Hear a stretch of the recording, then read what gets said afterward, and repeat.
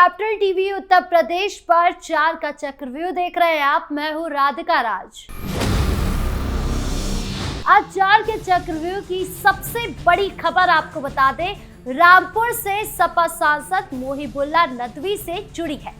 मोहम्मद मदनी ने जिहाद वाले बयान पर विवाद अभी खत्म भी नहीं किया था कि मोहिबुल्लाह नदवी ने संसद में खड़े होकर बोला कि अब लग रहा है जिहाद करना पड़ेगा।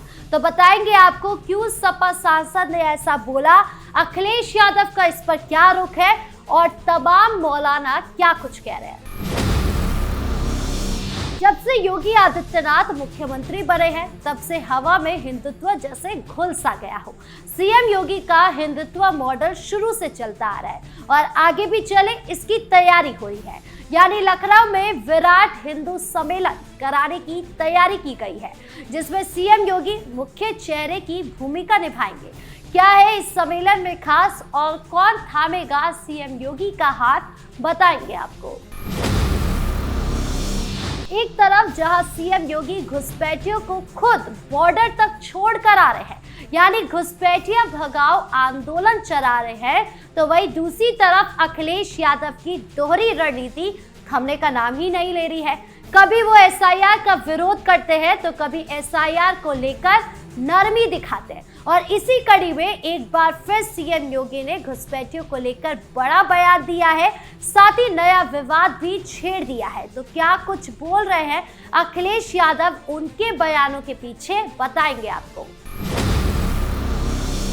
एक तरफ समाजवादी पार्टी के मुखिया अखिलेश यादव ड्रामेबाजी करने से पीछे नहीं हटते, तो वही उनका कॉम्पिटिटर बनते हैं खुद समाजवादी पार्टी के सांसद। आजम खान के काले कारनामों की फाइल्स अभी लाइन से लगी हुई है। कोर्ट भी कह रहा है कि किस किस मामले में इन्हें जेल में रखा जाए, और आजम खान नौटंकी करने से पीछे नहीं हट रहे हैं। आजम खान ने अब जेल से बैठे बिठाए बड़ा बयान दे दिया है।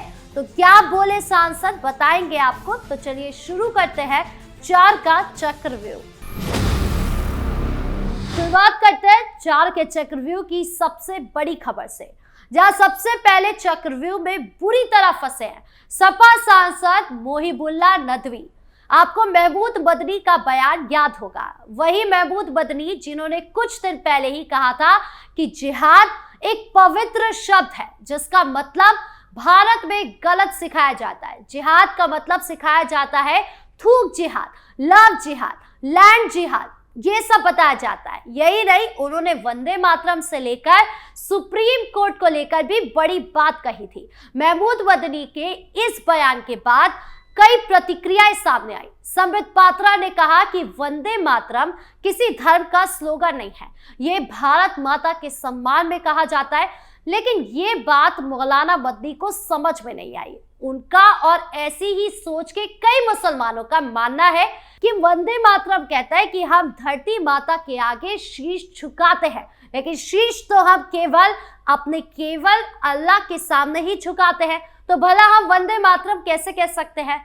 ना गा सकते हैं, ना मान सकते हैं और ना कह सकते हैं। और सबसे बड़ी बात है कि इसी सोच के नक्शो कदम पर रामपुर से सपा सांसद मोहिबुल्लाह नदवी भी चल पड़े हैं। उन्होंने सदन में वक्फ संपत्तियों पर चल रही चर्चा के बीच ऐसी बात कही जिससे अखिलेश यादव ने भी माथा पकड़ लिया कि अब एक और विवाद नहीं झेल पाऊंगा। मोहिबुल्लाह नदवी के इस बयान के दौरान पीछे बैठे सपा सांसद ने एक शब्द नहीं कहा। उन्होंने नहीं कहा कि मौलवी साहब आप जो कह रहे हैं ये गलत है, बल्कि सत्ता दल के ही सांसद कूद कूद कर बोले कि आप चुने हुए सांसद हैं। आप ही अगर इस तरह के भड़काऊ भाषण का इस्तेमाल करेंगे तो आपके समर्थन करने वाले आपसे क्या सीखेंगे। यह बात सुनने के बाद मोहिबुल्लाह नदवी से चुप्पी साध तो ली उन्होंने, लेकिन सबसे बड़ी बात, मोहिबुल्लाह के साथ साथ अखिलेश यादव भी मौन बैठे हैं। उन्हें डर सता रहा है कि अगर मैंने कुछ भी बोला तो मुस्लिम वोट छटक जाएगा, और इसीलिए अखिलेश यादव की रणनीति के इतिहास को देखकर कहा जा सकता है कि एक बार फिर इतना तय है कि अखिलेश यादव ना ही मोहिबुल्लाह को माफी मांगने को कहेंगे और ना ही उन पर कोई एक्शन लेंगे। लेकिन इतना भी तय है कि एकजुट हिंदू मोहिबुल्लाह के मंसूबों को कभी पूरा नहीं होने देगा। बढ़ते दूसरे चक्रव्यूह की ओर, जिसे रचने का काम सीएम योगी ने किया है और फंसा है वो मुसलमान जिन्होंने हमेशा से हिंदुओं पर सवाल उठाए, और फंसी है वो विपक्ष जिन्होंने तुष्टीकरण की राजनीति ने 1000 बार दाव लगाने के बाद भी बाजी हारी है, लेकिन फिर भी कभी बाज नहीं आए।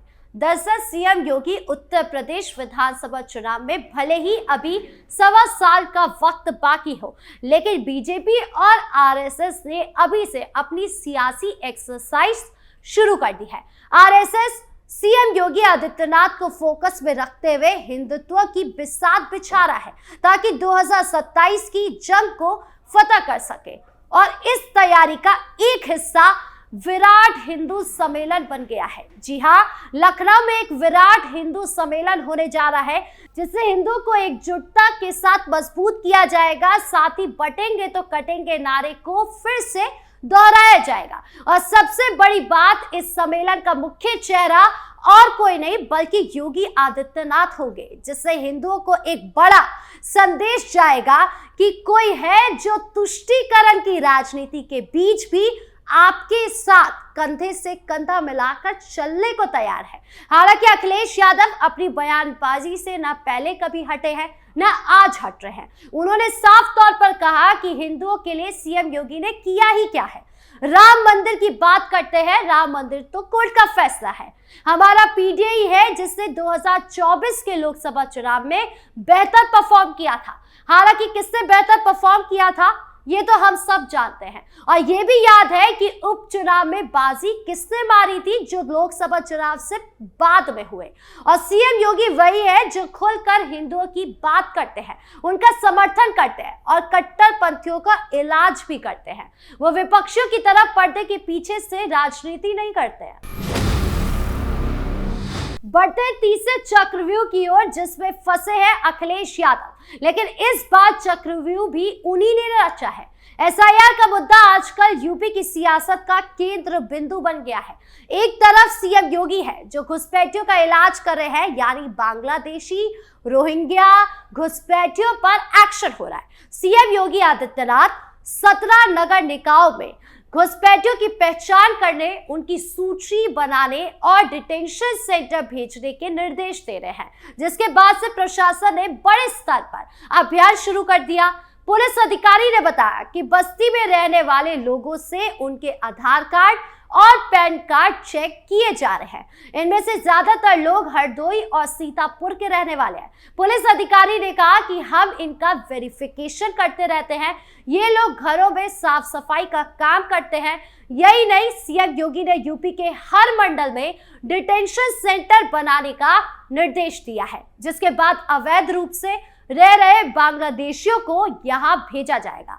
मुख्यमंत्री के आदेश के बाद से प्रशासनिक अमला पूरे एक्शन में दिख रहा है। आने वाले दिनों में प्रदेश भर में बड़े पैमाने पर कार्रवाई हो सकती है, लेकिन ये बात अखिलेश यादव को भला कैसे पच सकती है? अखिलेश यादव का भी बड़ा बयान सामने आया।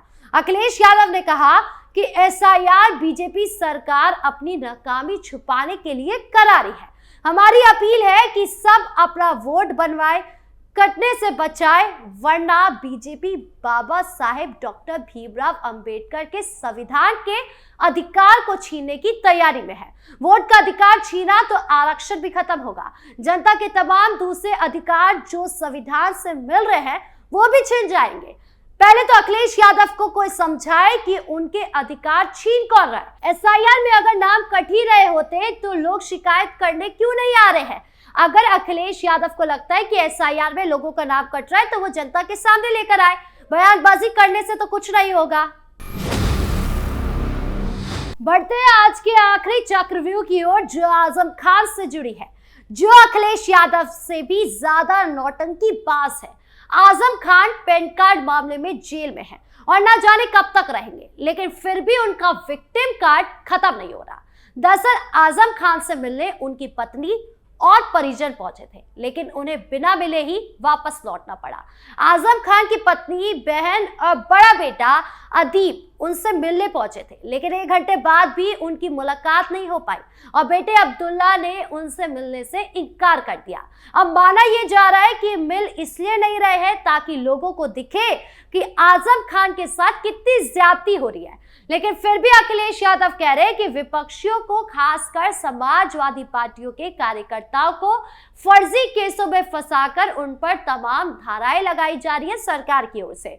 पुलिस का रवैया जन विरोधी है। हालांकि ये सांसद कह रहे हैं सीएम योगी का संदेश, लेकिन फिर भी साफ है कि आरोपियों को सजा जरूर मिलेगी, उन्हें बख्शा नहीं जाएगा। बहरहाल 4 के चक्रव्यूह में इतना ही। धन्यवाद।